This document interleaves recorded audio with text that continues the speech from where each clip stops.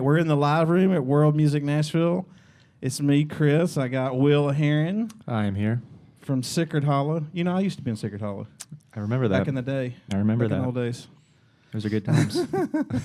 I'm super excited because I got two of my favorite bands. What their guitars are. I did. What? See how loose this is, guys?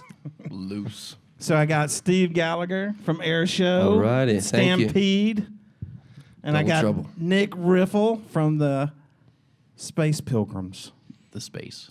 That's wrong. What's it called? Starship. Starship Pilgrims. What did I say? We really explore. Space We like to Pilgrims. explore the space. Travel through space. That and could be your Try side it. project, Space Pilgrims. Space. I like that name, Space Pilgrims. We're a lot more chill than the Starship Pilgrims. It's just they're the space chill. I know, my iPad with went space blank. Chilbrums. Well, I have seen you guys, and I love it. So Thank you. that was my mistake. Hey, can we start over? I'm joking. That's actually good. But anyways, yeah, we're here.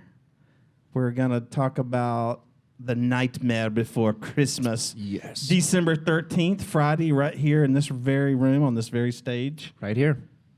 Yes. You going to play? I'm not gonna play. You're not playing. You're These going to two, be here? I will be here. I'll be here. But these two guys will be here, and Christina Vane Yes. will be playing as well. Fortunately, she can't be here right now. Yeah, and she's played here before. Yes. Yeah. I think everyone here has played here before. Oh, yeah. Yeah, I guess so. Indeed. You're right. Yes. Yeah, that's cool. But anyway, we're excited about that, and I've got Hank back there behind the board. What's up, dude? Yo. That's all I got. And Bones is back here behind me.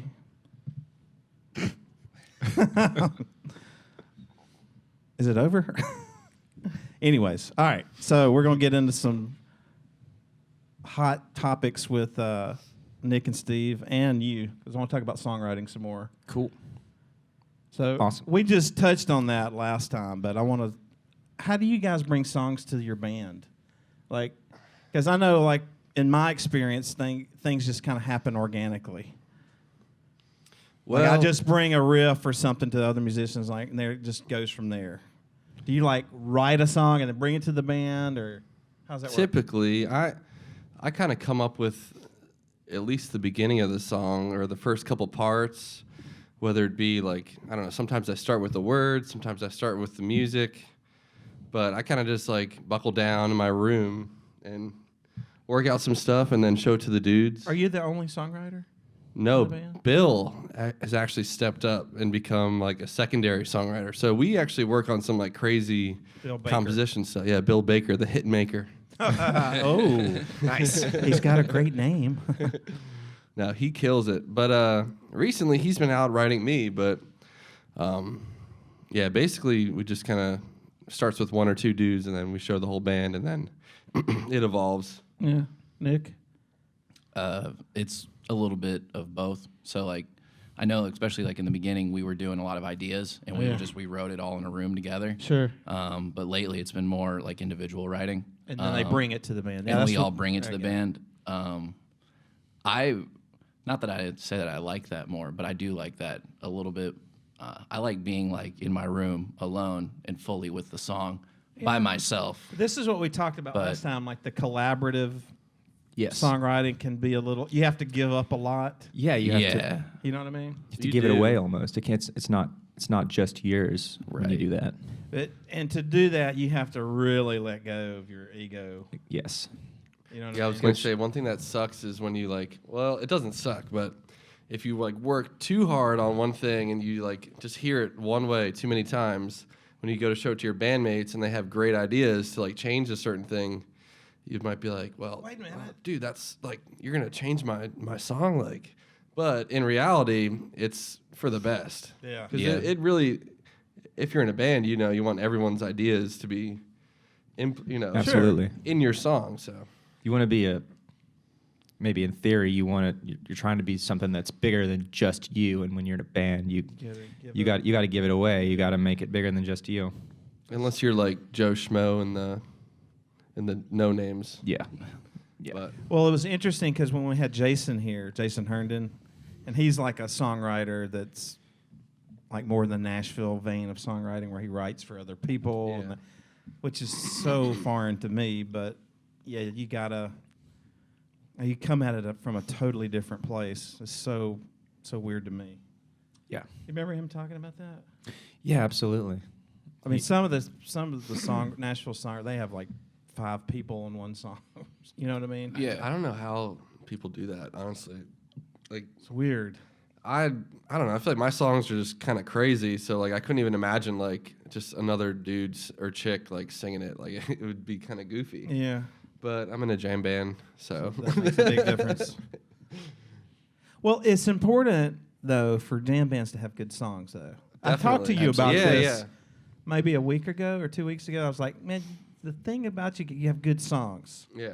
You know what I mean? Like the Grateful Dead, you can take away their jamming, but they had There'd still be great amazing songs. That's true. Yeah. Yeah, Like their songs stand alone without jamming, absolutely. and you still got to have a good song. And But you gotta when have you hear a good grooves, band too. play, like I don't know, some bands will just bust right into the jam, and for some people that's cool. But Yeah, I feel like I can appreciate the jam more after, hearing a couple good verses and Yeah.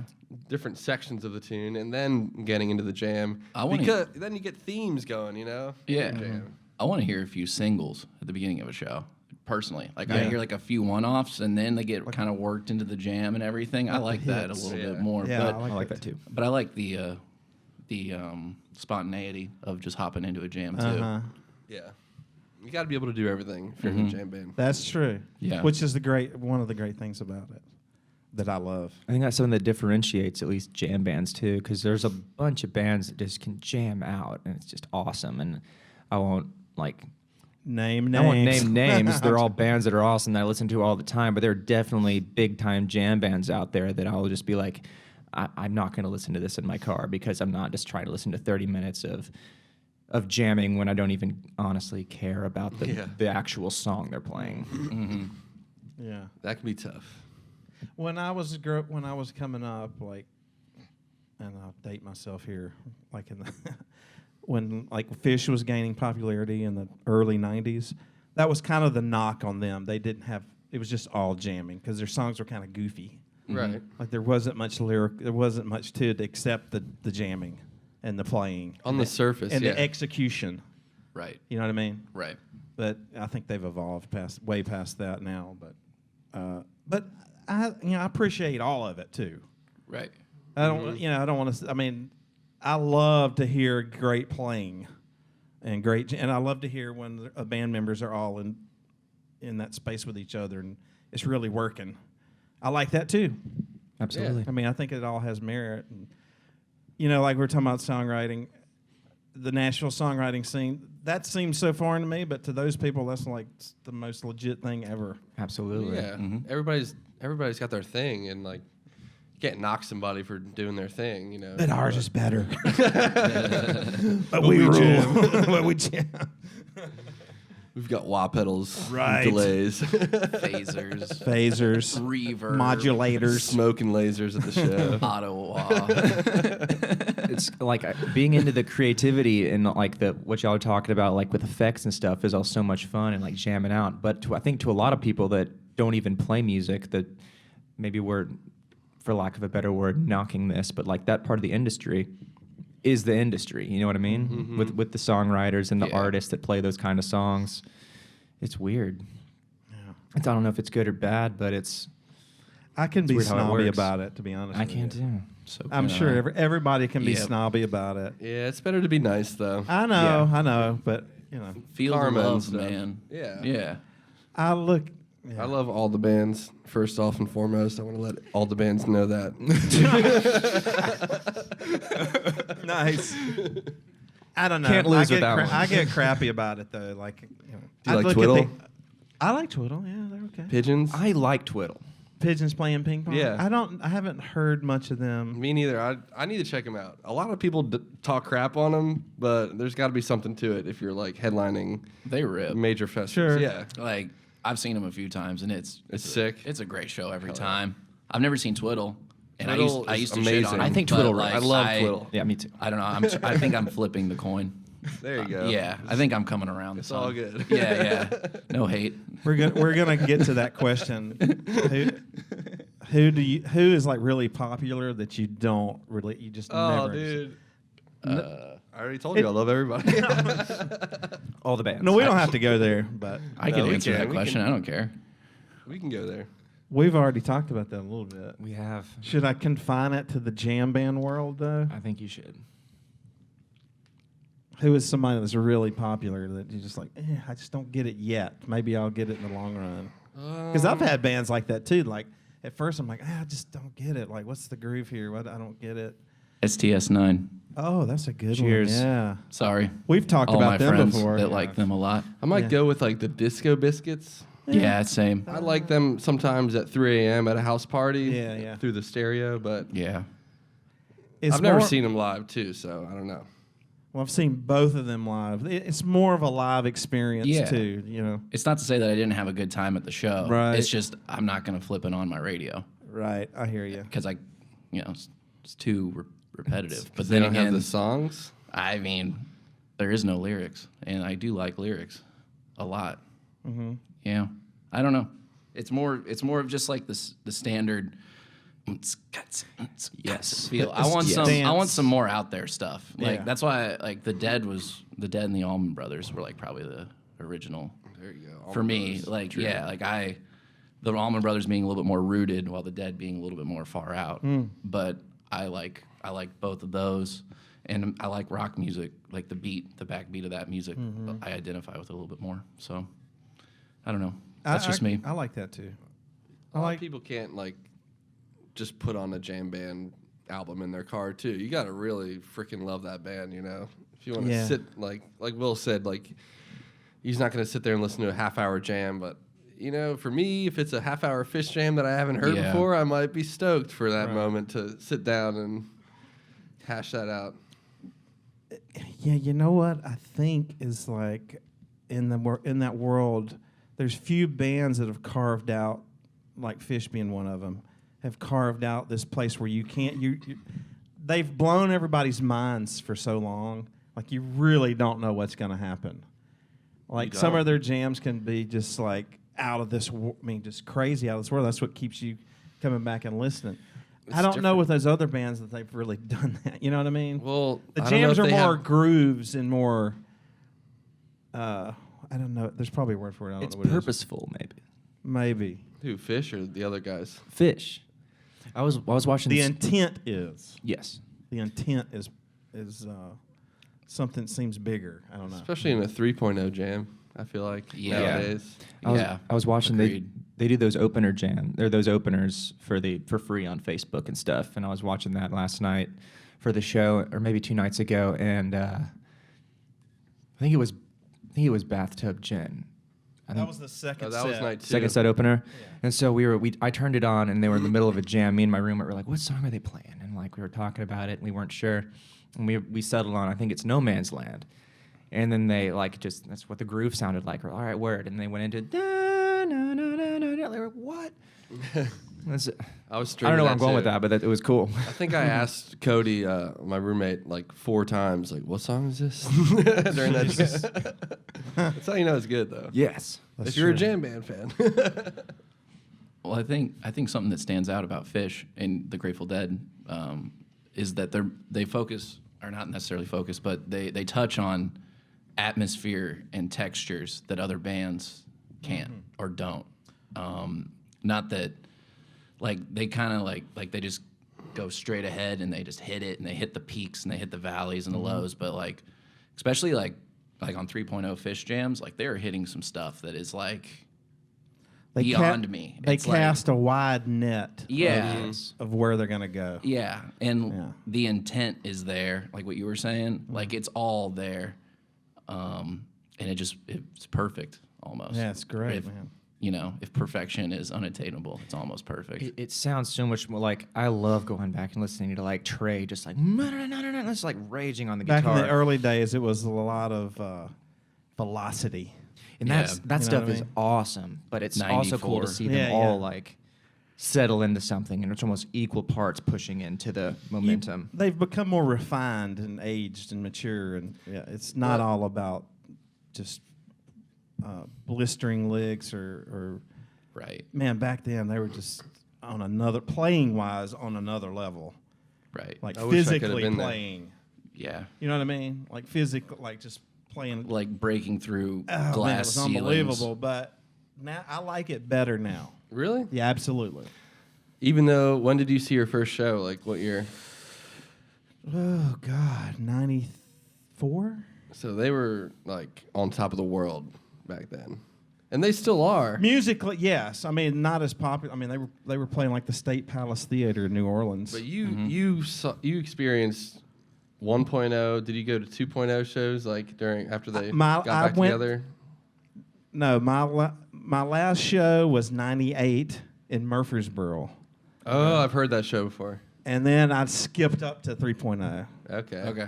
Yeah. So I didn't see Fish until 2009, so I have a hard time saying, "Oh yeah, I'm cool with 3.0 Fish," just because I wasn't back. I didn't see him back then, so like I don't really know. But Yeah. I like to hear you say that. That makes me feel good about my money being spent on tickets.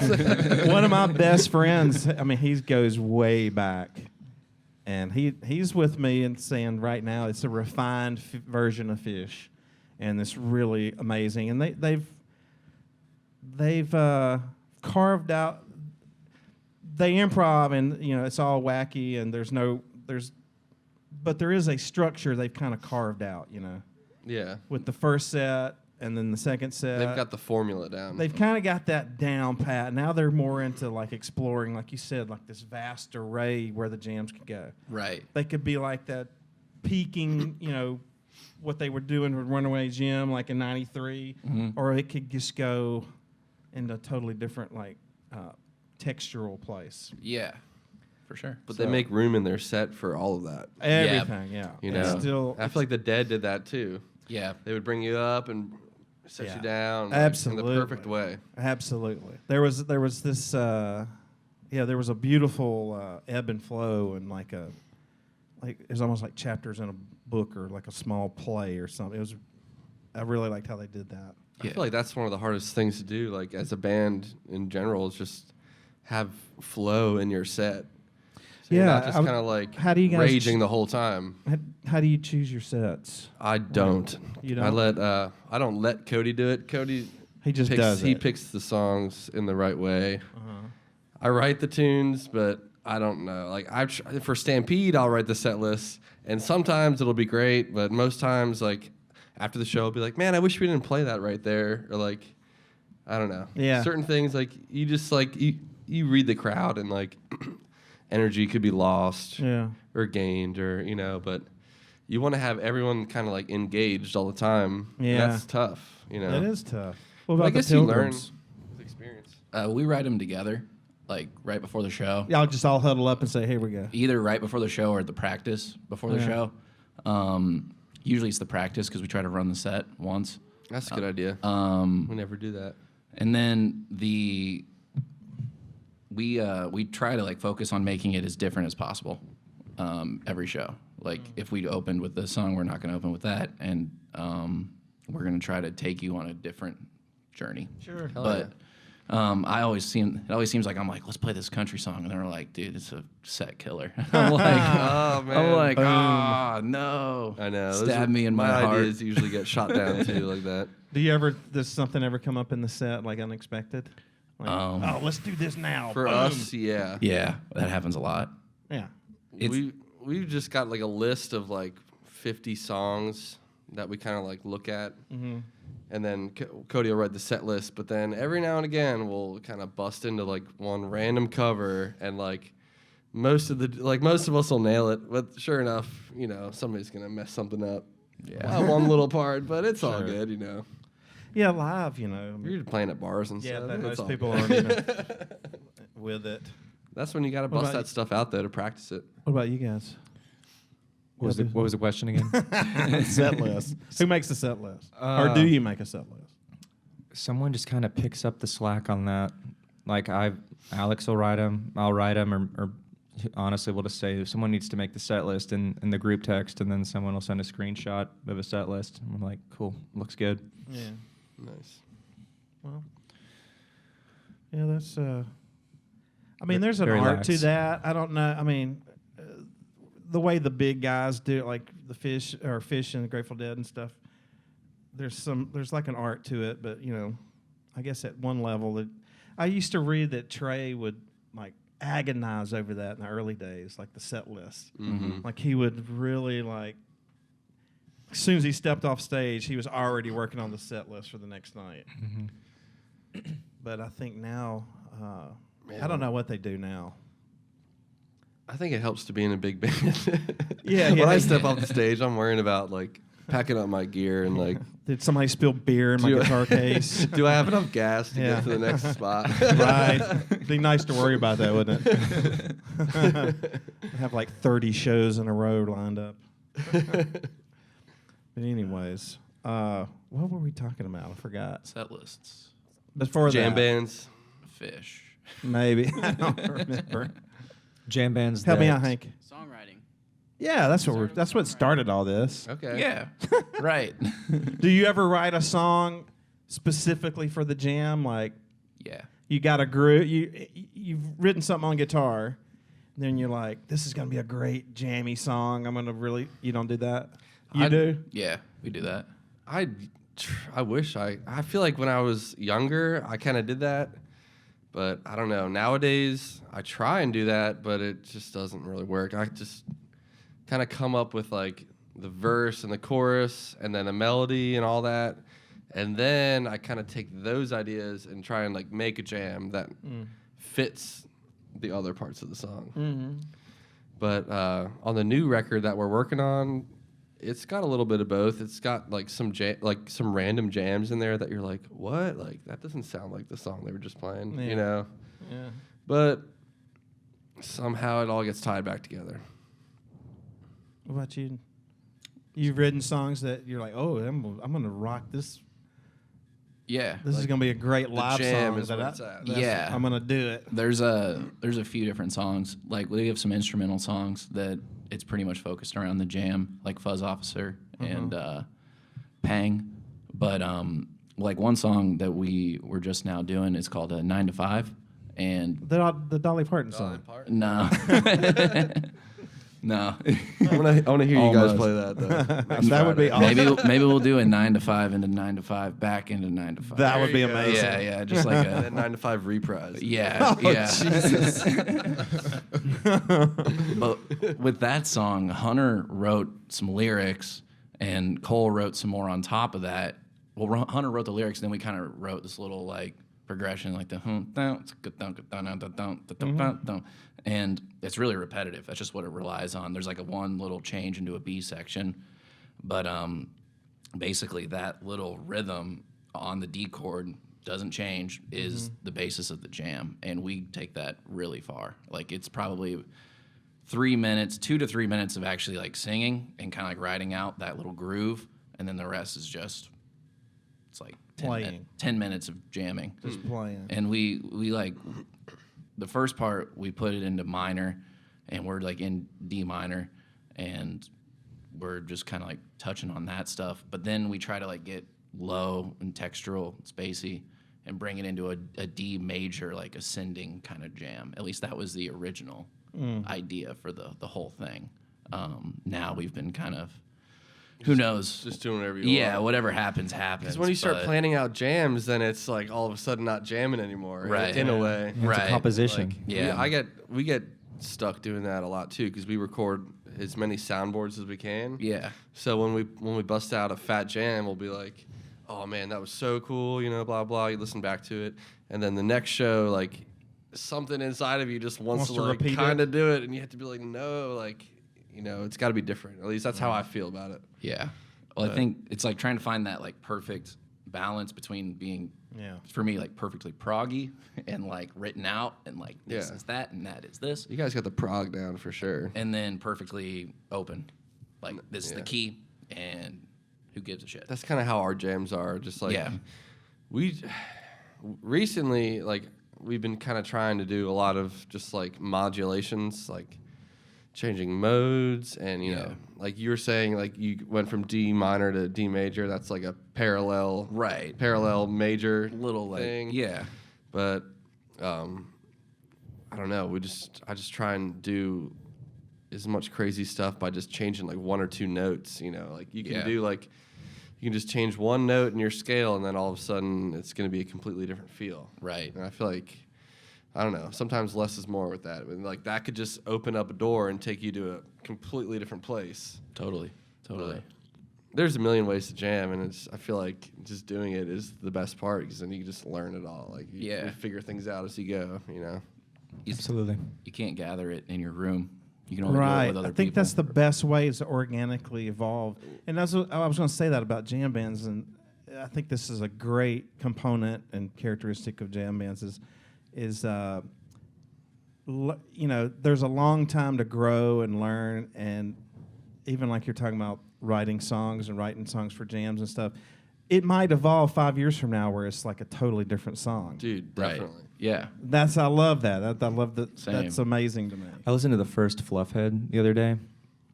I had no idea it was like that. Ever? Not to revert back to Fish, one of the first ones. From the 80s. Yeah, I think it was from the first Nectar show. I think was yesterday to the year or 2 days Oh ago. yeah, I saw that. And I went and listened to that, and I had no idea Fluffhead ever sounded like that. Yeah, it's amazing how songs can evolve. It is. The Dead had songs like that too. That just like you can hear a version in '71, it sounds completely different, different tempo, maybe even in a different key. That's crazy. Yeah, it's nuts, man. I like that. It's awesome. I like that. That's what I was saying. I like that part of the jam band world is that can happen. Yeah. There's no rules, man. You know, it can happen. Songs might evolve. You might discover that in a jam. Right. You know what I mean? The song might evolve, like you're playing on stage and you hit a couple extra notes or something, and it changes tempo, and like, hey, that's how the song is going to be forever, or you know, for the next year or whatever. You know what I think is like the hardest part about jamming sometimes is like when you're on a cool idea to just like kind of like ride that idea. Like sometimes in my mind when I'm jamming, like 10 seconds will feel like 45 seconds or a minute, and I'll be like, I'll listen back and I'll be like, dude, why didn't you just like riff on that for like another minute or two? Yeah. I feel, and like, I know we keep talking about Fish, but like Fish is so good at that. And like, I don't know. So like, sometimes I feel like I'll play a 5-minute jam and I'll have like 10 different ideas, and it only took 5 minutes to get all of that craziness out. But like, really, I should have stretched it out. Yeah. I don't know. You guys know what I mean? I hear that, I think absolutely. I do. Yeah, that Yeah. makes sense to me. What Maybe about? it's a guitar thing. Do you? Well, yeah, that's true. We're all guitarists. I guess Your it's a mandolin thing thing. too. I like the guitar is fun. Yeah. Do you ever get in a situation where you're forcing the jam too much? Yeah. Yeah, for sure. I think everybody does that. Yeah, I think so too. No matter who you are, you do that, and hopefully you can realize you're doing it during the jam, because then you're just like pulling everybody with you, you know, and Yeah. you want to be listening and bouncing off of your bandmates. Absolutely. That's what makes great music. I mean, in my opinion. Yeah. So The music, yeah. I the music we like. I can definitely be, you know, I can do that. I'm sure you do that. Oh yeah. I think everybody does that. Start but getting into shred mode. yeah. And you're like, all right, well, buckle up. Let's do this. Yeah. We're in guys that do zone now. Oh yeah. Send Matt off into the nether. I can see that. He's the fiddle player, right? Oh yeah. He peaks the jams, though, yeah, for sure. Matt, Oh, just yeah. take it away. Take it wherever you're gonna go. Wow. He's like, oh yeah, totally. Got Yeah, it. I got it. That's what I do. I will do it. So, you guys just got off the road, right? Yep. What about you guys? You guys have We had a lot of shows in the summer, but lately we've been doing like about 1 or 2 a month. Right. We've been focusing more on writing. Sure. And we're gonna be a doing little some- downtime. Yeah. Never hurts anybody. We're gonna be releasing some stuff next year, like maybe spring, early Nice. summer. I know you guys are working on an album. Yep. We're working on 4 songs. We recorded it with Will's bandmate, Dan Dan. Davis, over at Southern Ground Studio C. So, yeah, look out for that. It's called The Riddle of the Sphinx. Right on. Super trippy name there, but I like that. The riddle of the Sphinx. Sphinx. The Sphinx. Yeah. I've heard a lot of that's awesome cool. things. Yeah, we had a great time. We did that in early October this year. And then we did a couple different weekend runs in October, and then hit the road it was like second week in November or so for a week and a half or two, and then came back home and did a nice show at the High Watt here. But we just I was kind of at been that show. Yeah, you were. I was there. It was fun. That was a great show. I We wish had I could've Kyle been. Tuttle play with us. It was That's freaking right. That's so awesome. cool. Fantastic. He crushed it. But yeah, so between all of that, I feel like I've been like a chicken with its head cut off, just kind of like running around like a crazy person. I got to Yeah. work on. I do all of our soundboard, like mixing soundboards and yada yada yada. So I've got an album, I've got soundboards, and all that other stuff to deal with. Nice. It's fun. That's a though. good problem I to like have. it. Yeah. Do you guys go back at Nick? Do you go back and listen? Do you record your shows first of all? We did. We used to record all of them. Do you go back and listen to them as a band or by yourself? We or- used to, but then we kind of found that we thought that was hindering us. I've heard that can be the case. So we What kind about of you guys?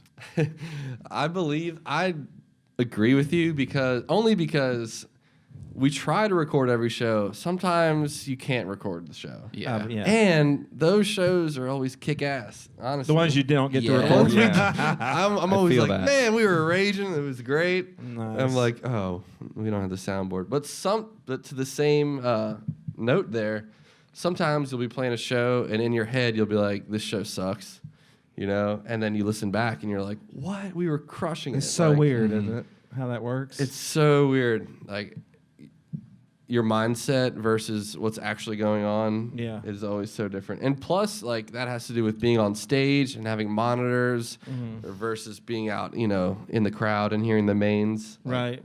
It's just so different. Yeah. You almost just have to like, if it's good, just like, let ride go. that. Yeah. And if it's not good, like, almost just be like, whatever. Like it's probably fine, Sure. Just kind of forget about that. Do you guys record your shows? Mm-hmm. Do you go back and listen? We do a lot of Facebook lives. Well, I've seen those. Yeah. Um, But do you guys ever record them?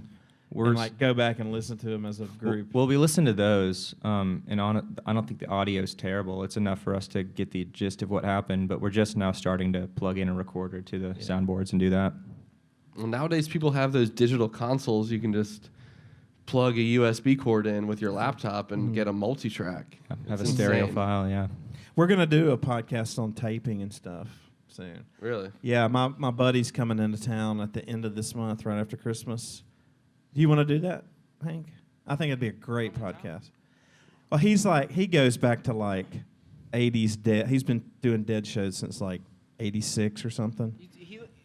Say again? Does he like he's chilling in the crowd and shit, right? He used to. I mean, about that? we're going to talk about the whole history of taping because he's got Yeah. like thousands of cassettes of dead and all kinds of other bands too. But he would go into a place and like hook into the soundboard.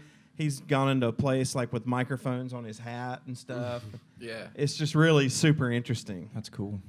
But what I was going to say, going back and listening. Sometimes I like to listen to an audience tape or like an iPhone video, like the video that I took of you guys, because you can kind of hear the energy, Yeah, I know what you mean. not so much the nuances of what you're doing on your fretboard or whatever. Right. I like that. Totally. Huh. That's interesting. Yeah. That's Because what- normally a cell phone video is like. but but you some get of the good ones. like some of the best dead shows I've heard are audience recordings. Oh, dude.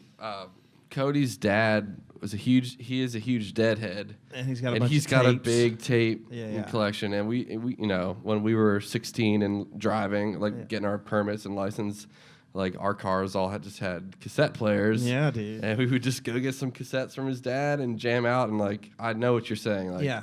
there's something about There's it. something about that. I Something don't know about what it is, but they just sound cool. It sounds amazing. You Next can, time you guys play, you should just put a microphone on. that's old school. I think I showed Will one day like a picture of like what the taper section at a dead show looked like Crazy. back in the day. It's unbelievable. Yeah. Yeah. You know? I mean, people were walking in with stuff like Just like half tons of the gear. size of this table with huge boom mics and stuff. It was wild. Well, I wonder what happens when those dudes get spaced out and they're like show's over, like, oh shit. I don't Like, know. gotta get out of here. All this What gear. I would find talking to those people is like they were really super hard. I mean, they were obsessed with it, and most of them didn't get spun out. Well, You know, I would hope so if you into, have all like- that gear, you got to be careful. Yeah, so into getting like the perfect recording, and and if the soundboard would become available, they would mix the two. What's that called again? A matrix? Yeah. Yeah, yeah. But for years, like when I was coming up, there were shows that were nobody ever had a soundboard of them. The only things that existed were audience tapes of them. Mm-hmm. I'm sure the Dead had them because Right. at a certain point they recorded every show Yeah. going way back. But there were some lost years there in the '80s where the only thing circulating was the audience tapes. Did you see The Dead? Oh yeah, How many times? maybe like 6 times. That's pretty cool. Yeah. Really cool, actually. But I used to love tapes. Like, I just love that. And I was fortunate enough to make friends early enough to catch a bunch of, like, cool audio tapes from I love the early 80s Dead. I know that's not one of the favorite eras, but, like, to me, that's, like, my favorite. From, like, 81 to 86. Those were the heavy drug years for Jerry. But, He was crushing it, though. oh, man, it was great. Fantastic. I love those years. I love the drums. And they're an amazing group. And like, you can listen to Fish and the Almonds or whoever, even Panic. Like, sometimes their sounds don't change much. Man, the Dead, like, almost from year to year, tonally change. Mm-hmm. Like, Bobby would get some new weird gear or effect, and, like, they would change the drums. And I remember when they brought in electronic drums, Mhm. like these little MIDI pads and stuff. Yeah. Sounded totally different. And then, or Brent would get a new keyboard effect or something. It was pretty wild. They do that a little. I know Paige from Fish does that now, but you can listen. I was telling him, my buddy can listen to a tape and tell you what year, what tour, like just from the sound of it, the sound of the guitar. And For The Dead. yeah, totally. And the bass. Yeah, It's so weird. I believe it. Trey, dude, I'm Trey, nerding out on that, I'm Trey changes his sound every tour, I feel like. He could sound different, like fall tour versus winter tour, or, He's been summer versus fall, or. He's been doing that a lot more. A lot, I've noticed in yeah. the last like 6 or 7 years. He always I've says noticed. he uses like a lot of the same gear too, but I'm For sure a long he's time like he introducing did. new things. 3.0, I think he's changed it up a lot. I love it. Whatever he does. I mean, for a while he did this like crazy organ thing. You remember that? Like that was last year, I think, because He got the keyboard player in Tab, I think, was sick or had cancer. Oh, he was okay. Yeah. And I so know he did the Trey Trio. Do you remember that? Yeah. Did you hear that? Yes. That was so sweet. So he would like play keyboard like on this guitar, and then like he took that and like brought it into that next Fish tour. Yeah. It's like I don't know. I feel like he's always changing it up. He is changing it up. He's always bringing in new effects, and he was on this one. I have a gripe. Can I gripe? Great. He was doing a lot of echo stuff or delay for a couple of tours there. I think he's gotten away from it, but he was doing that thing where he. Like, wow. Yeah. He was just hitting chompy chords like ting, ting, ting, ting. Yeah. Doing that a lot. That was like 2017. Yeah, 2018. yeah. I didn't like So that. I can kind of do that with Fish too a little bit. Yeah. I was like, only eh. 3.0 though. It's kind of like, I don't know. It- That's easy. right. But it's easy to mute a chord and go ting, ting, ting, ting, ting, and hit your delay pedal and make it go ting, ting, ting, ting. It's sometimes But it's that's- not though, I because know. I try and do that. I'm sure you Well, try. Yeah. Obviously, I mean- if you've heard my shows and my tours, I know it's probably not that easy, but it seems No, like I know. sounds easy. Compared to like the craziness Right. that he used to do. Yeah. I'm getting excited for this December 13th. I am too. Nightmare Before Christmas. It's going to be an awesome show. Maybe there'll be a couple ding, ding, ding, ding. Yeah, Yeah, do you that got- for I'm me. gonna- Bring your yeah, delay I got pedals, you. dude. Every song. Bring I your got you. delay pedal. Oh, we got plenty of those. I'm gonna Nice. bring both of them. That's cool. What are some of you guys' favorite pieces of gear that you got? Oh, that's a good question. Well, this is not like it's gear technically, but I recently switched to having 2 pickups in my acoustic guitar instead Oh, of yeah. one, which That's- Chris here installed. Absolutely. So I've been rocking the L.R.Baggs M80 magnetic pickup in my sound hole. But I did some research, and after seeing tons of jamgrass bands, just like looking at what different guitar players are doing, I noticed that a lot of dudes do 2 pickups, and one of my favorite guitar players is Bill Nershi from String Cheese Incident. Mm-hmm. And he just has like the best tone, I feel like, out of all the acoustics.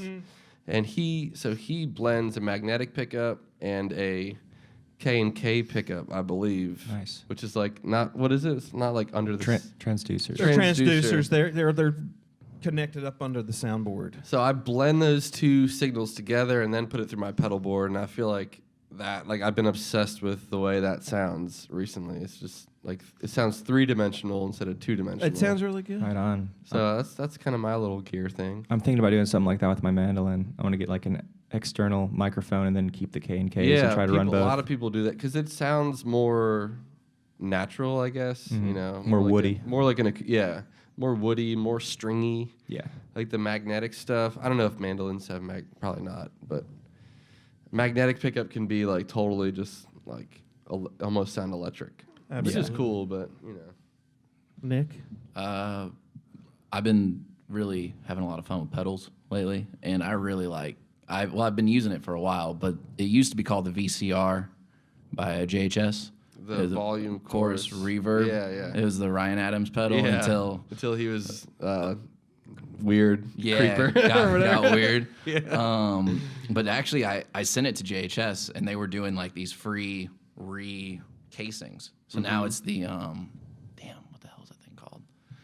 It looks dope. It looks like it's got like a Galaga looking spaceship on it. Oh, and I saw that. Yeah. It's the same exact pedal, but I use that thing all the time. Does that have 3 switches on it? Mm-hmm. Or 3, yeah. 3 switches, 3 knobs. It's like a volume boost, a chorus, and a reverb. And I leave the reverb down. It's like an 80s like hall reverb. Nice. But it gets pretty gnarly. Like, it's cool because with the chorus and the reverb, when you hit 12 o'clock, it's less attack and more effect. Mm-hmm. So with the reverb, you're not going to hear your strings hit, but you're going to hear a shitload of reverb. You hear the wet instead of the dry. Mm-hmm. And same with the chorus. The chorus gets crazier, but it's not as...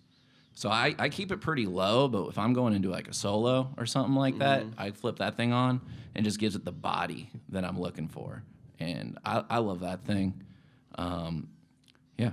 What amp are you playing through right now? I play through a Fender Blues Deluxe. I got it in 2012, and I've used it pretty much ever since. That's a I good love one, that brother. thing. Nice. And you and Cole both run Blues Deluxe, right? Yeah, we both do. And y'all two both run jazz choruses. Yeah, JC40s. But on our last tour, You did a lot of we straight to left the our point. amps at home. Yeah. Mainly Mistake. because we tour in a minivan, and we Those need are big. Those are kind of. They're not that big, but I mean, one of them's in a road case, and when you're in a minivan and you got a drummer, I mean, I don't know. It was almost an experiment. Like, we wanted to know that if we didn't have amps, it would all be good and we could still jam and our show would be the same.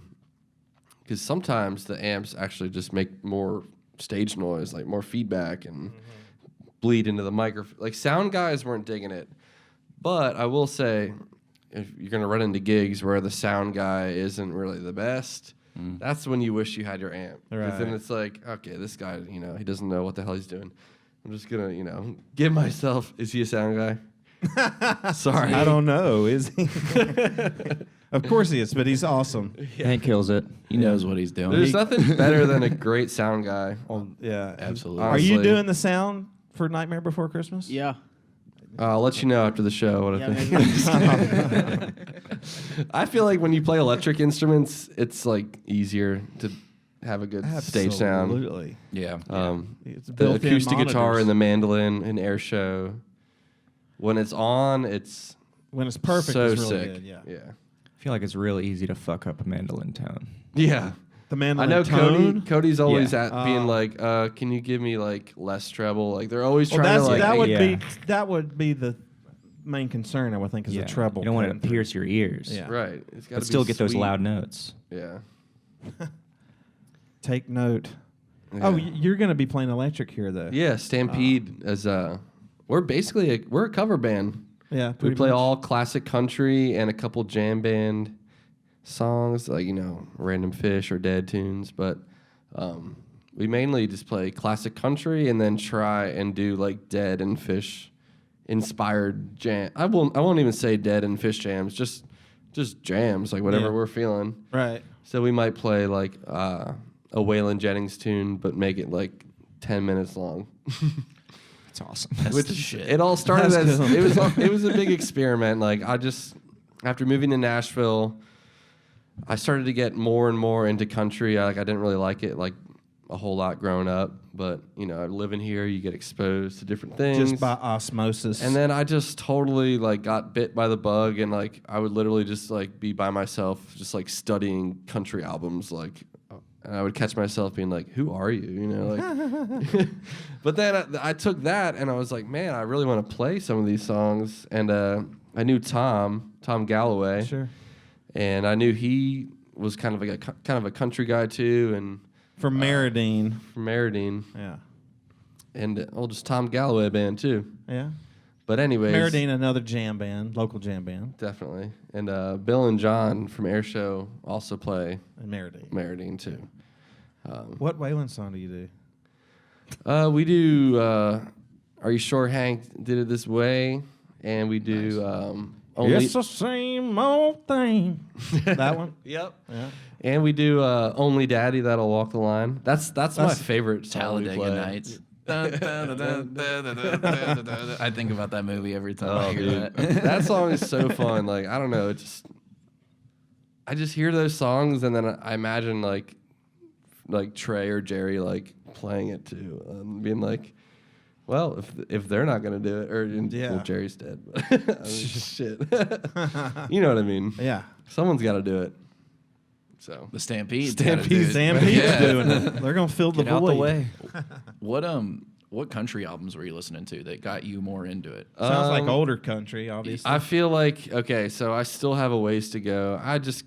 I feel like once I discovered an artist, I would just kind of like listen to all of like a compilation of Right. things. I like the Waylon and Willie album. I forget what it's called. Is it the greatest hits one where it kind of looks like it's got tooled leather on the side and it's got their faces in the sky? Yeah, and it's got Good Hearted Woman and shit, what's that song? I can't even remember. I probably know it. What's that one they do about the I can get off on you? That's the one I was thinking of, the one about doing we play that the one cocaine too. and the pot and Take the back the pills. weed, take back the cocaine, baby. I love that song. That song's Same. the shit. I heard that right away, and I was like playing that one. Oh, right on. So we'll play that next week for you guys. Hell yeah, man. Right on. I'll be front row raging that one.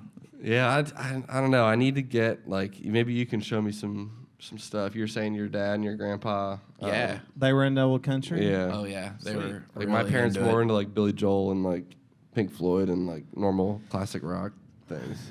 Billy Joel. What do you think about Billy Joel, Chris? I don't. Piano Man. I liked Billy Joel more when I was like 12. Well, he was one of those guys that I just when we were talking. What was that like? That was like the first podcast or something. We talked about who we didn't like, that's universally loved and praised, and like Michael Jackson was my number one, but a close second was Billy Joel. Yeah, you asked me that the other day. I said yeah. Metallica. Yeah. That's a good one, dude. Metallica. That's a Don't- fantastic answer. I just never Nothing got past bit. Ride the Lightning. Like was I worth liked it for me. when I was in middle school. I liked like freaking like crazy death metal. Like I don't even know why, but like that's So like did that's Nick. like harder than Metallica. You know? Yeah. Like, Yeah, Nick So, likes that. Well, in middle school, I was into Metallica. Now I like the crazier shit. yeah. Death It went the metal. other way. I just like that was only like 6 months of my life, but then I was like, I don't know. I guess I found fish, Yeah. found the way, Do you smoked a joint or something. Do you go back and like what other music like death metal, rap, country? Do you like? What's your other favorite genres? Like currently or like currently, or ones you grew up with and just got the hell out of there and didn't like it anymore. I never really had a rap phase. Maybe a little bit. Like I said, the hardcore emo I liked emo music a lot. Really? See, Like, I don't even know what that is. Like Taking Back Sunday. No, don't know. I love Taking Back Sunday still. Oh, dude, and okay. So when I was growing up, my favorite bands were like Sum 41, Okay, Linkin Park, Yeah. Blink 182, and like I could just kind of like live off those three. Green Day, you know. Sure. Yeah. Just like Great band. Offspring. Yeah. I like Yeah. I like shit that rocks like Yeah. really hard, but I just didn't get into Metallica. It's all right. I like Metallica now. I think it's cool. You appreciate What it. about Megadeth? I couldn't even tell you one song, and I know. He's a big Megadeth. What about you, Nick? What was the question? What were we talking about again? Different Like different styles types of of music that Oh, you maybe have come and gone through, or so when I first started playing guitar, I love heavy metal, like Metallica, but I was intimidated by it, you know. So I was really also in Kansas City. There's a radio station called 98.9 The Rock, and they played Shine Down and Breaking Benjamin and all that butt rock. But I don't know that. Nickelback, it's like probably I've heard of them. the highest class of butt rock. But Butt rock. This is a new term. New term. I said love it it. twice. I say that. I Have say you ever that. heard I mean, I might have just butt invented rock. it. I don't know. like that. I'm gonna try and come up with a band that I like think that is too. butt rock, and you're gonna let me know if it's right or not. I think there used to be Hinder, somebody here. Weezer, Nah, No. there are Yacht alternative. Rock. Like 3 Days Grace, maybe. Yeah, 3 Days Grace, Hinder, Seether, all those bands. I love them. What about POD? Do you remember POD? Yeah, Oh, yeah. dude, I I love feel like you POD. might have been too young for POD. No, you know what it stands Satellite. What was it? for? What is it? Puddle of. Puddle of Mud. Oh, that's another band. No, That's another wait. one. They're from Kansas City. How about that? I'm getting my butt rock bands mixed up here. Man, it's all some good stuff. Wow. Um, What else? No hip hop phase. though. No rap. I mean, a little bit. It was more like it was later on. I used to not like it like at all. But I don't know, like Snoop Dogg, Dr. Dre. What that whole about boy thing. bands? No, I NSYNC? always hated that stuff. I freaking love Despised it. NSYNC and Backstreet Boys. No, you didn't. I swear to God. When I was like probably when you 10. were 2. No, yeah, I was born in 90. Okay, and the Backstreet Boys Millennium album came out. I bought it, you know. That was 2000. So Masterpiece. to this day, stands the day. test of time. Hey, they'll sell out Bridgestone Arena. Yeah. Yeah. I know somebody came in here when the Backstreet Boys were playing down there, and they were embarrassed to say it was like 3 girls came in for something. They're like, "We're going to a concert tonight. We're from out of town." I was like, "Oh, who are you going to see?" I'm like, "Oh, we would rather not say." I was like, I can just go look it up, right? And she goes, "It's the Backstreet Boys," and I laughed. But hey, more power to them, right? I'm doing podcasts in the back of a music store, and they're at Bridgestone Arena. With Bones. Yeah, with old Bones over here. Hey, he's been quiet. What the heck? We were doing one the other day, and like as soon as we ended, we had him on a ladder. He just fell on the floor like a goober. It's a dude. It's a dude. I think it's a dude. It's both. Nice. It's Mr. Bones. Mr. Bones. Oh, it's like Star Trek. Bones. Yeah. I like Yeah. that. That's a good reference. Where are we at on time, Hank? We're rolling pretty good right now. What's that? I didn't hear you. We're good. We're good on time, man. Okay, good. All right. What else were we going to talk about? Why don't we? What are some of these questions? What are some of the questions that we got? Yeah. Here, I got a good one. What is a guilty pleasure song for you right now? Like if you're told your friends Oh, you like dude. dig this song, you listen to I it. like they that go, Lizzo song. Which one? I'm 100% that bitch or whatever. That's all I know. My girlfriend loves. That's funny. She loves rap, Really? and like, she'll get down to it. You know, like we'll Yeah. put it on and blast it in the car, and like I'll be like, okay, and she'll be like raging. Yeah. But she's up to date with like the current like, top 40 rap songs. Wow. So I kind of like Lizzo. Okay. What about you, Nick? It Doesn't have to be current either. It could be something like from any time. I like that. I like that Nas X song. I don't know. That Was song. Old Town Road. Old Town Road. Oh, hell yeah. I like yeah. Old Town Road a lot. Dude, that song's good. Catchy as Wow. hell. They'll just be playing in my head at work. I'm like, God damn it. It worked. They won. They got it in my head. What about you, Hank? What are you listening to right now that I would laugh at? Speaking to the microphone, please. I don't know. Like, I've just been kind of on a hardcore kick. You have. I've noticed that lately. And we got a hardcore show coming here, right? So I wouldn't say it's hardcore. It's just some Jacksonville punk. Jacksonville punk. Whoa. So One of my Blaze friends and is in Runners a Up, like some punk band from Jacksonville. Who's that? I think they're called R.I.P. Junior. The dude I went to college with. I've never That's seen dope. him. I just follow him on the Instagram world. That's But dope. I didn't I'll know check that it was out. like a thing. Jack's Punk. I just made that up, right? It was just Jack's abbreviation for Jacksonville. and How just far is people in the Jacksonville? punk Like rock scene? 5, 6, 7 hours. Yeah, it's like 8 hours, Okay. 9 if you're taking your time. It's a solid day's drive. But yeah, Nice. there's just some people coming here at the end of the month that I've been, they sort of got me involved in the scene down there and been going to shows with them for years. So I'm excited for them to come up here. Nice. I don't remember the question. Oh, a Your guilty pleasure. song?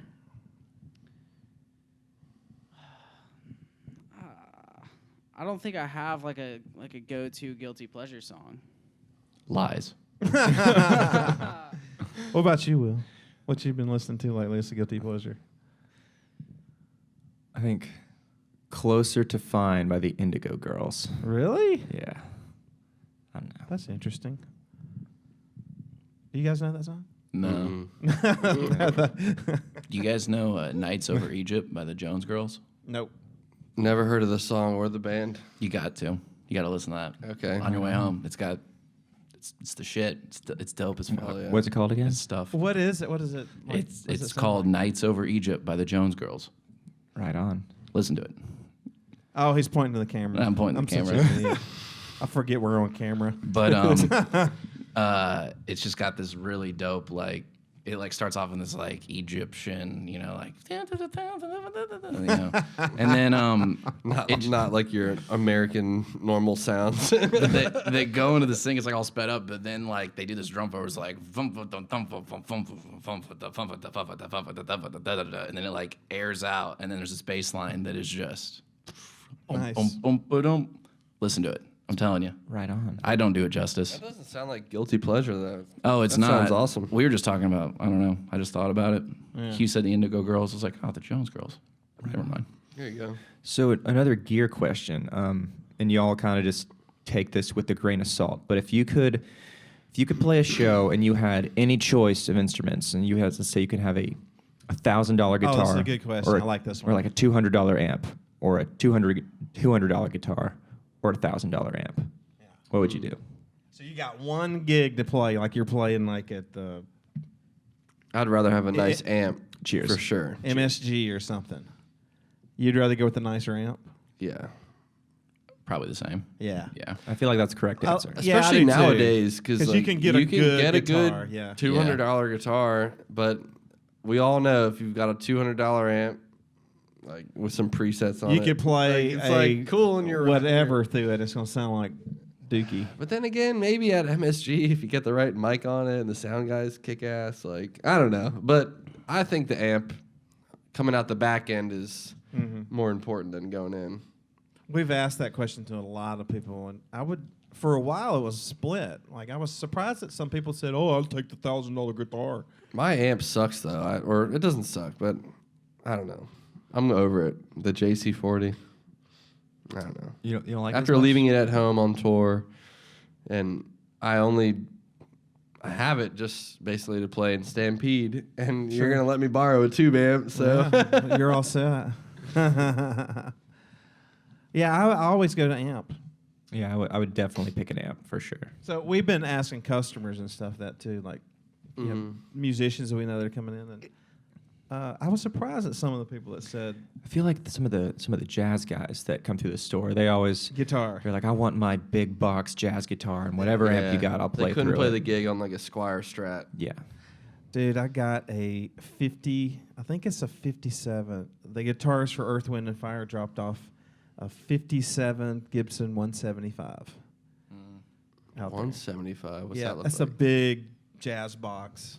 Okay. The single cut. Hollow? Single cut, hollow, with two P90s in it. Ooh. Nice.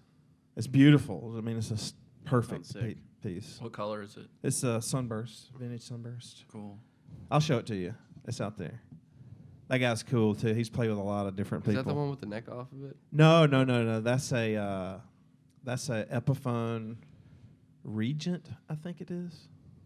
One of their weird models. It doesn't have a cutaway, but this guy Chris, he would be great to get on the podcast. Amsler? Not Amsler, Chris Rodriguez. Cool. He's played with a lot of cool different people, but yeah, he's a good client of mine. He always brings his stuff over here. He was playing with. I met him when he was playing with Peter Cetera That's from Chicago, Nice. who used to rehearse on this stage. Right here? Yeah, He had a guitar in this store that was he fucking awesome. He had a Martin in here that was amazing, and I know the guy that bought it, Don Sampson, who's another songwriter in town, and just a fantastic guy. He bought it, but yeah, Chris has played. I'll get him on the podcast, and you just have to hear it. He's got some crazy stories. But yeah, gear question. I always go with the amp Yeah. Me too. because I always point to Jack Pearson. He plays a Squire Strat, like a Indonesian Squire Strat. And that would Reggie Wooten plays a Squire. Reggie plays a Squire. Yeah, his Squire is a Japanese. It's one of the original Squires, So like from the early '80s. where on the ladder is that to like a new, or The- even the an new American Strat back then? Where is that on the ladder? Well, there was a period of time where the '80s Japanese Strats were considered superior. I used to have a Japanese Strat. And there was a in the 80s. brief period of time where there wasn't an American-made Strat. Wow. Yeah. So the Japanese stuff is fantastic. Right on. Fantastic. How much do you think that guitar's worth? Or Reggie's? any of them, I guess. Oh, it depends. Like, I mean, the one that Reggie plays is probably worth a lot. He was actually contacted by Fender. They wanted to get that guitar back for some reason. I think I have the story right. I'll have to ask him next time I see him. But he wouldn't give it back to him. Yeah. No. You can't take my guitar. He's Reggie Wooten, too. You can't take one of the Wooten brothers' guitars. But it's really... He's a fascinating guy. If you were to play both of you, if you were to play this, you couldn't play this guitar. He plays it with 8-gauge string, and the strings are like on the frets. It would be out of tune just holding it for me. I It's feel like. unbelievable. Like every time I get it, I'm like, I don't know how he makes sound come out It of it. blows my mind that they even make 8-gauge strings. Like what? Like Reggie's been playing them like that for a while. you must have to play funk. Like if you. He plays Like taps He does everything. a lot of tapping. Okay. Like he puts a hair tie over the string as like a mute, Yeah. and yeah, you look up some videos of it. It's pretty Okay. amazing. Cool. But I mean, that whole family is amazing. Yeah. You know, so they've all come up with very singular, interesting ways to play instruments. Future man. Yeah. Crazy. But anyway, I think we got enough. You think? Yeah. I'm going off you, buddy. You're the host. I know. All right, man. We're gonna wrap it up. So, December. Let me make sure I get this right because I messed up the first time. 13th. Yeah, Nightmare Before Christmas. 12/13. Friday the 13th. Friday the 13th, the Nightmare Before Christmas. We got Christina Vane. We got Stampede and Starship Pilgrims. Space Pilgrims. Space Pilgrims. AKA. Oh, we don't change that name to Space Pilgrims. It's going to be more of a mellow set, more spacey. It's the acoustic set. More textures, more atmosphere. More reverb and delay pedals. Chum, chum, chum. And are you plugging anything, dude? No, yeah, Nothing? I'm excited about the show. I think Yeah, it's going to me be an awesome too. time. Actually, really excited about it. We need to have a rockin' show in here. Definitely. It's been a while since Absolutely. I think the It's last about time you time. guys played was the last time we had a rocker in here, it seems like. Yeah. We've had a lot of plays. We've had a lot of spoken word. We've had a lot of what else? There was a family reunion in here Saturday. The party what's dolls. Raging. The Yeah. what? Like the party doll girls or whatever. Yeah, we've had a LA. bunch of weird stuff. There was the Fish band that came through, and they were good. Oh yeah, that Oh, was yeah. The That's Grand with Garland Whit. Trio Yeah, also. Spanky, right? hmm It was good. Yeah. It was. We played a gig with them at the Exit Inn. We did a Dead set. They did a Fish That's set. right. That's and, right. That's right. Traverse Brothership did an Allman Brothers set. Dude, they're badass. So yeah, we did that. It was like on was it a Wednesday or Thursday night? It was. It was a weeknight. I don't Yeah, remember for we- sure. Wish I had a bigger crowd, but the band was great, and the keyboard player is actually one of our teachers, and that was his first time he'd ever met the guys. Oh, nice. Nice. And so I was super impressed at how. I mean, he was playing Page parts. Yeah, he did good. Love He- at first sight, or and he did fantastic. He's That's into awesome. Fish too. Yeah, he's really into Fish, and he had grown up playing that stuff. I Should've he got even him played here in some tonight. band. What's that? should have had him here. He's going to be on next Monday night, so Yeah, okay. you'll have to tune in to the podcast. Ooh. All right, guys. I'm Chris. Will. I'm Will. That's Steve. Yo. That's Nick. I'm We're Nick. out of here. Hank. Deuces. See ya. All right, guys. That was good. Cool. That was awesome. Yeah, that was fun, right? Yeah, it was great. You guys going to have to come back and do it again.